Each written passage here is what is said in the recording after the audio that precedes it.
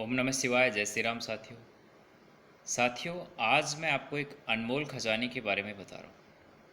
ऐसा खजाना जिसका मूल्य नहीं आंका जा सकता। किसी भी गणित के सूत्र के द्वारा आप उसका मूल्यांकन नहीं कर सकते। इतना अनमोल खजाना, उसको प्राप्त करने के बाद संसारिक नवनिधि और अष्टसिद्धियाँ सब फीकी हैं उसके सामने। अर्थात सर्वश्रेष्ठ खजाना, जिस खजाने को मिल जाने के बाद कोई आशा नहीं रहती, कोई इच्छा नहीं रहती, कुछ शेष नहीं रहता। तो साथियों, ये जो खजाना है ये 10 मंजिला महल के अंदर सुरक्षित है, 10वीं मंजिल के अंदर। अब कैसे मिलेगा, किसको मिलेगा और कौन इसके लिए प्रयास कर सकता है, अर्थात कौन इस रास्ते पे आगे बढ़ सकता है उसको प्राप्त करने के लिए, क्या योग्यता है और कब तक मिलता है, कितने समय में मिलता है, उसका प्रोसेस क्या है, प्रक्रिया क्या है।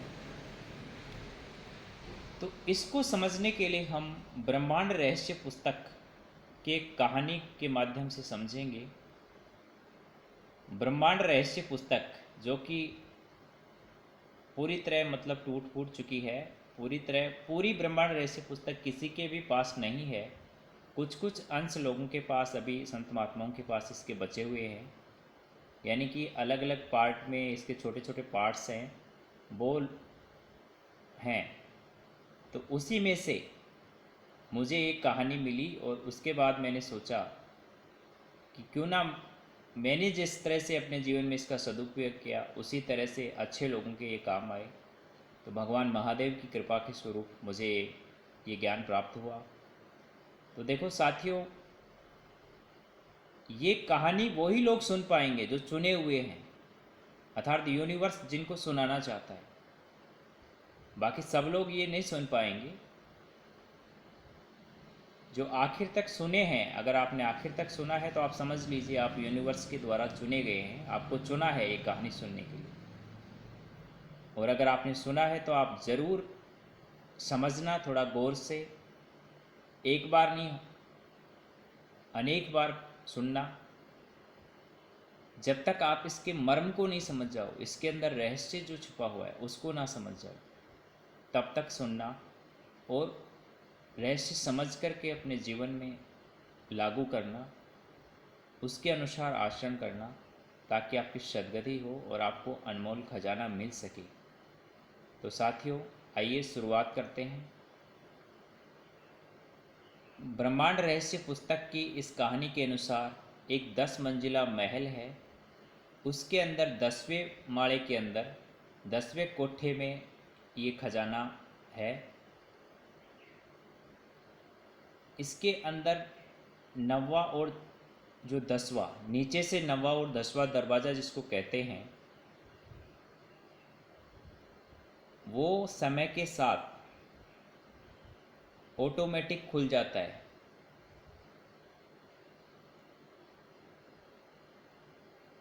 और बाकी 8 दरवाजे हैं वो बंद रहते हैं, इनको खोलना पड़ता है, प्रयास करना पड़ता है। अब हमारे लिए खुशी की बात ये है कि ये जो बंगला है, ये कोठी है, ये बनाना नहीं पड़ता, ये सबको बनी बनाया मिलता है। नॉर्मल लाइफ में अगर हम किसी को घर चाहिए तो उसको बनाना पड़ता है, सामग्री जुटानी पड़ती है, ईंटा पत्थर सीमेंट, कारीगर की व्यवस्था करनी पड़ती है, मज़दूरों की व्यवस्था करनी पड़ती है, तब जाकर के कहीं मेहनत मजदूरी करनी पड़ती है, पैसा खर्च करना पड़ता है, एफर्ट्स लगाने पड़ते हैं, तब जाके उसका महल बनता है। लेकिन ख़ास बात यह है कि ये परमात्मा की हमारे ऊपर असीम अनुकंपा है कि ये महल सबको बनी बनाया दिया गया है। 10 मंजिल का कोठा है और समय पे 2 दरवाजे ऑटोमेटिक खुल जाते हैं और सबके लिए खुले हैं। इसमें कोई धार्मिक बाध्यता नहीं है, कोई लिंग के भेद नहीं है, कोई जाति भेद नहीं है। जो भी मनुष्य मात्र, ये खुला केवल मनुष्य मात्र के लिए ही है। यानी मनुष्य योनि जिसको भी मिल चुकी है, चाहे वो बच्चा है, बूढ़ा है, बुजुर्ग है, जवान है, किसी भी जाति में है, किसी भी बिरादरी से है, किसी भी धर्म को फॉलो करने वाला, सबको ही इस महल मिला है और सभी इस खजाने को प्राप्त करने के अधिकारी। अब डिपेंड करता है कि आप इसको नेगेटिव रूप में प्राप्त करेंगे कि पॉजिटिव रूप में। जो नेगेटिव आदमी है, गलत रास्ते से जाएगा, उसको नेगेटिव शक्ति के रूप में ये प्राप्त होगी, अर्थात वो इसका नेगेटिव उपयोग करेगा। और जो पॉजिटिव आदमी है वो पॉजिटिव रास्ते से जाएगा, उसकी मंशा जो है वो पॉजिटिव होगी। इस खजाने को प्राप्त करने के पीछे उसकी मंशा जो है वो अच्छी होगी, जन कल्याण होगा, अपना स्वयं का कल्याण होगा, परोपकार की भावना होगी, तो उसको अच्छी शक्ति यानी पॉजिटिव रूप में ये शक्ति प्राप्त होगी। अब इस खजाने तक जाने के दो रास्ते हैं। इसके अंदर, महल के अंदर सीढ़ियाँ तो बनी हुई हैं, अर्थात आप सीढ़ियों के रास्ते से जाएंगे तो आप जाएंगे, स्टेप स्टेप आगे बढ़ पाएंगे आप। लेकिन लिफ्ट अगर से जाना चाहते हैं आप डायरेक्ट, यानी कि जो 9वां माला है उससे पहले माले पे आपको जाना है, खजाने तक जाना है, तो वहाँ आप लिफ्ट की व्यवस्था करनी पड़ेगी। देखो, सीढ़ियों से जाएंगे तो समय अधिक लगेगा, एफर्ट्स अधिक लगेंगे, और सीढ़ियों में नुकसान बहुत है। सीढ़ियों पे क्या है, हर सीढ़ी पे कोई ना कोई नेगेटिव शक्ति, कोई ना कोई पॉजिटिव शक्ति आपको रोकेगी। कहीं पे कुत्ते मिल सकते हैं, कहीं पे अप्सराएं मिल सकते हैं, कहीं पे कोई शैतानी शक्ति मिल सकती है, कहीं पे कोई पराक्रमी देवता से आपका सामना हो सकता है, कहीं पे आपका किसी देवी से सामना हो सकता है। क्योंकि वो खजाना अनमोल है, इसलिए उसकी सुरक्षा के लिए लगे हुए हैं नेगेटिव पॉजिटिव सभी शक्तियाँ। तो जो सीढ़ियों से जाता है उसके लिए खतरा बहुत अधिक है, और लोगों को जन्म युगों तक लग जाते हैं, जन्म जन्मांतर तक लग जाते हैं। लेकिन लिफ्ट से जाते हैं तो इसी जन्म में आपको मिल जाता है खजाना। 15 से 20 साल के एफर्ट्स के बाद अब लिफ्ट बनाने में समय बहुत अधिक लगेगा, क्योंकि लिफ्ट आपको बनानी पड़ेगी। तो लिफ्ट बनाने का जो सामान है वो आपको मिलेगा 9वें माले पे, यानी कि जो इसका 9वां कोठा जब खुलेगा तो उस पर आपको लिफ्ट बनाने का सामान मिल जाएगा। उसी पे आपको बैठ कर के वहाँ पे साधना करनी है, तपस्या करनी है, वहीं पे सीखना है, दिमाग लगाना है कि यहाँ से यहाँ तक लिफ्ट कैसे बनेगी, मैं इसको कैसे तैयार करूँगा, वो चीज़ें आपको करनी है। इसमें आपको क्या करना है, परमात्मा का सहयोग लेना है, या अपने इष्ट का सहयोग ले लीजिए, जिससे आपको, मतलब जो पहले से जानता है उसका आप सहयोग लेंगे तो आपको थोड़ा कम समय में नॉलेज प्राप्त हो जाएगा, जानकारी मिल जाएगी, तो बनाना कम समय में आसान हो जाएगा, और आप कम ही समय में लिफ्ट बना करके उस अनमोल खजाने तक पहुंच जाओगे। तो साथियों, अभी आप बीच में 3 बार ओम नमः शिवाय बोलिए और 11 बार ताली मारिए, ताकि आप इससे आगे बढ़ सकें हम। तो साथियों, अब आपको बता रहा हूँ कि इसके लिए आपको क्या करना है। आपको मैं ये कहूँगा कि आपको स्टेप बाय स्टेप नहीं जाना है, क्योंकि स्टेप बाय स्टेप अगर आप सीढ़ियों के रास्ते से जाएंगे तो पता नहीं कब तक उस खजाने तक पहुँच पाएंगे। आपको लिफ्ट का निर्माण करना है, और लिफ्ट कैसे बनानी है ये मैं आपको बताता हूँ। तो सबसे पहले आपको कुछ छोटी छोटी बातें हैं वो ध्यान में रखनी है। आपको जिस उम्र में ये कथा आपको मेरे माध्यम से ही सुनने को मिली हो, ऐसा नहीं है, इससे पहले भी अगर आपने सुन रखी है तो जीवन में लागू कर लेना।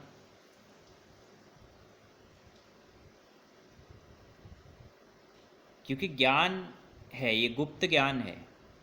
आज कलयुग के अंदर ये व्यवस्था है कि आज ये सभी के लिए खुला है। पहले किसी भी युग में ऐसी व्यवस्था नहीं थी कि ज्ञान सबको दिया जा सके, कुछ बाध्यताएं थी, शिक्षक भी सबको पढ़ा लिखा नहीं सकता था। लेकिन आज कलयुग के अंदर ये बहुत अच्छा अवसर है, परमात्मा की कृपा है हमारे ऊपर, ताकि हम सब पढ़ लिख सकते हैं, कोई बाध्यता नहीं है। तो आप भी उस खजाने को प्राप्त करने के अधिकारी हैं। तो साथियों, 90 माले पे पहुंचने के बाद, यानी कि जब एक समय के बाद, खास करके जवानी की अवस्था में, जब आप 11 वर्ष की अवस्था में किसी किसी का ये खुल जाता है, किसी किसी का 14 वर्ष की अवस्था में ये माला खुल जाएगा, तब आपको ध्यान रखना है और वहाँ से आपको कुछ नियम फॉलो करने हैं, क्योंकि यहाँ से कठोर परीक्षा आपकी होगी। प्रकृति की दृष्टि आपके ऊपर पड़ेगी, कुदरत आपके एग्ज़ाम लेगी, उसके बाद ही आप आगे बढ़ पाएंगे। तो आपको क्या करना है, सत्य का पालन करना है, धर्म का पालन करना है, जो भी आपका धर्म है। ऐसा नहीं है कि आप हिंदू हैं, मुसलमान, जो भी नैतिक धर्म क्या है, कभी चोरी नहीं करना, किसी का साथ द्वेष भावना नहीं रखनी, किसी पे गुस्सा नहीं करना, बेवजह किसी के साथ लड़ाई झगड़ा नहीं करना, किसी के साथ मार पिटाई नहीं करना, अपने पद का दुरुपयोग नहीं करना, विरुद्ध आचरण नहीं करना, नशा नहीं करना, व्यभिचार दुराचार नहीं करना, अपनी पत्नी से अपने धन से संतुष्ट रहना, अच्छे कर्म करना, अपने आप को समय के साथ जोड़ना, अपडेट करना, किसी की हाय नहीं लेनी, हो सके तो किसी की दुआ लेना, किसी की मदद करना, ये कर्म करना।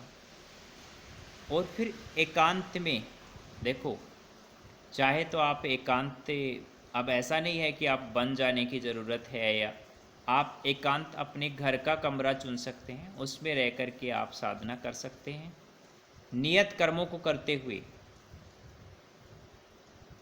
नियत कर्म करते रहिए, जीवन यापन के लिए पैसा भी ज़रूरी है तो वो भी कमाते रहिए, अपने परिवार की आवश्यकताएं भी पूर्ति करती रहिए, खुद की आवश्यकताएं भी पूर्ति करते रहिए।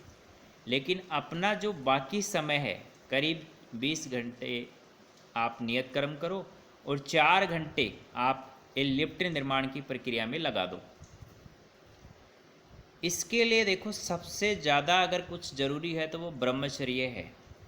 आप जानते हैं कि आपको जैसे किसी, देखो, अगर ऊर्जा को ऊपर से नीचे की ओर जाना है तो कोई पावर की आवश्यकता नहीं है, वो तो नैसर्गिक है, बहेगी। लेकिन एनर्जी को नीचे से ऊपर की ओर लेके जाना है, जैसे आपको 10वें माले पे पानी लेके जाना है तो आपको भारी मोटर की आवश्यकता होती है, यानी कि एनर्जेटिक मोटर की आवश्यकता होगी। तो वो एनर्जी आपको इस 90 माले पे सब कुछ आपको मिल जाएगा, वहाँ पे बैठ कर के शक्ति की पूजा करनी है, एनर्जी को इकट्ठा करना है। अब किसी किसी की लिफ्ट जो है वो 16 साल के अंदर तैयार हो जाती है, किसी किसी की 20 साल के अंदर, लेकिन अधिकतम 20 साल के ब्रह्मचर्य से ये लिफ्ट जो है वो तैयार हो जाएगी आपकी, ऐसे करीब करीब। उसके बाद आपको एक ही पल के अंदर आपको स्टेप बाय स्टेप नहीं जाना, डायरेक्ट 10वें माले पे होंगे उस खजाने के पास।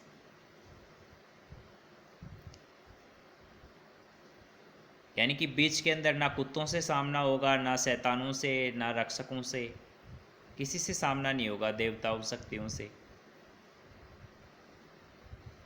क्योंकि अगर स्टेप बाय स्टेप जाते हैं तो कुत्तों में कहीं कुत्तों से लड़ते झगड़ते, कुत्तों पे पत्थर मारते मारते थक जाएंगे,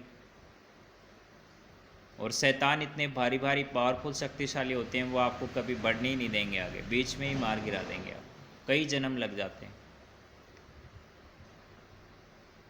तो पूरी लगन के साथ, पूरे आत्मविश्वास के साथ, पूरी ईश्वरीय श्रद्धा के साथ भगवान को अपना रथ संभाल दीजिए, भगवान के संरक्षण में रह कर के इस रास्ते के ऊपर आगे बढ़ें, लिफ्ट निर्माण की प्रक्रिया चालू कर दें और धीरे धीरे आगे बढ़ते रहें। एक जगह पे एक स्थान चुनें, उस पे अपनी साधना को, तपस्या को बढ़ाते रहें। एक समय आएगा जब आपकी लिफ्ट बनकर के तैयार हो जाएगी, आप उस खजाने तक पहुंच जाएंगे। लेकिन पहुंचने के बाद भी साथियों, ये खजाना ऐसा है कि ये मिल जाता है तो बहुत खजाना है। कुछ लोग क्या करते हैं कि इस खजाने को देखते ही मतलब इतने खुश हो जाते हैं, खुशी से ही अटैक आ जाता है, मर जाते हैं।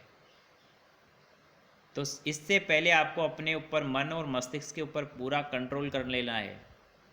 इंद्रिय विजय आपको पानी है, अपनी इंद्रियों के ऊपर आपको पूरा कंट्रोल होना चाहिए। अपने आप पे पूरा कंट्रोल पहले ही कर लेना, ताकि आपको खजाना मिले तो आप एकदम से मतलब इतने उछलो नहीं कि आप वो खजाना ही आपके लिए दुखदायक हो जाए। क्योंकि बिना योग्यता की शक्ति मिल जाती है, मूर्ख को शक्ति मिल जाती है तो वो उसका सदुपयोग नहीं कर पाता, वो शक्ति ही उसके दुख का कारण हो जाती है। देखते नहीं, किसी किसी के पास हराम का पैसा आ गया, ज़मीन उमीन बेच के करोड़ों अरबों रुपया आ जाता है, पूर्वजों की बेच बाच के, तो वो जुए में सट्टे में उड़ा देता है, चोरी चारी व्यभिचार में, साथियों को साथ और अधिक कमाने के चक्कर में जुआ सट्टा लगा देता है, बर्बाद हो जाता है। तो साथियों, शक्ति आ रही है, 20 साल इसीलिए लग रहे हैं आपको कि अपने आप पे कंट्रोल करना है, ताकि जब वो खजाना आपको मिले तो आपकी मनसा अच्छी रहे, आप एक स्थिति प्रज्ञ रह सकें। उस खजाने से ना तो आप किसी को नुकसान पहुंचा पाएँ, उससे वो सिर्फ मिलता है सिर्फ लोगों की जन कल्याण के लिए, मदद करने के लिए, परोपकार में उस खजाने का उपयोग कर सको। वो खजाना जब मिल जाएगा तो अष्टों सिद्धियाँ और नवनिधियाँ कुछ भी नहीं है, सब कुछ मिल जाएगा आपको।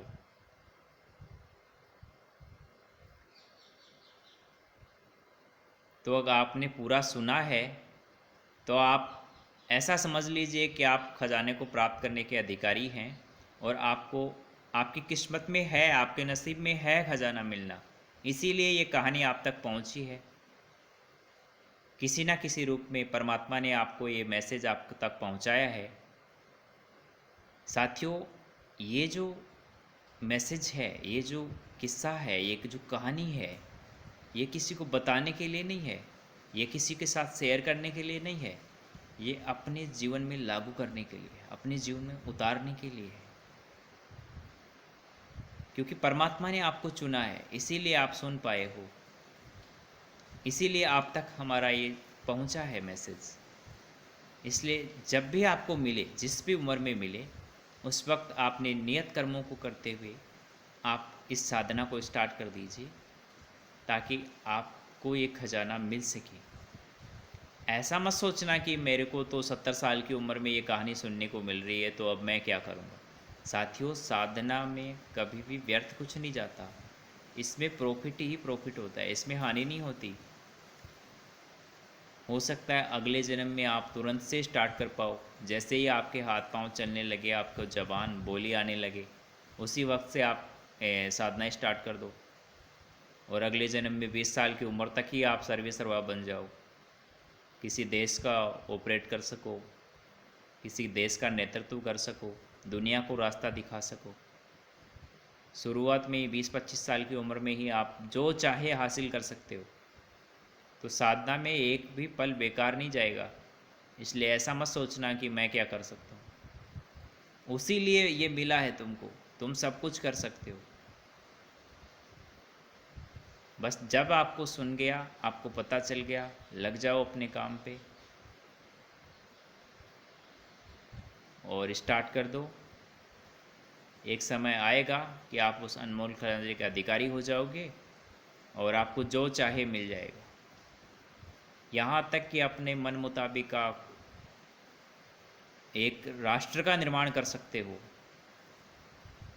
और वहाँ पे आप राजा बनोगे, प्रधानमंत्री बनोगे, राष्ट्रपति बनोगे, शासन प्रशासन कैसा होगा, वहाँ की व्यवस्था कैसी होगी, कानून कायदे क्या होगी, ये सब आप डिसाइड करोगे, क्योंकि आपने मेहनत की है, आपने तपस्या की है, अपनी तपस्या की बदौलत आपने ये सब प्राप्त किया है।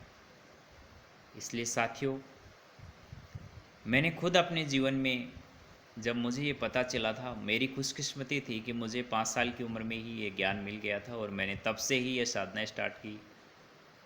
इसी की बदौलत देखो साथियों, मैंने मेरे 8वें जन्म के अंदर, मुझे तो 8वां जन्म मेरा ये मनुष्य जन्म है, उसमें मुझे ये सौभाग्य मिला है, कृपा हुई है परमात्मा की। तो आपको जब भी मिल जाए तब आप लग जाओ। धन्यवाद। जय हिंद, जय भारत।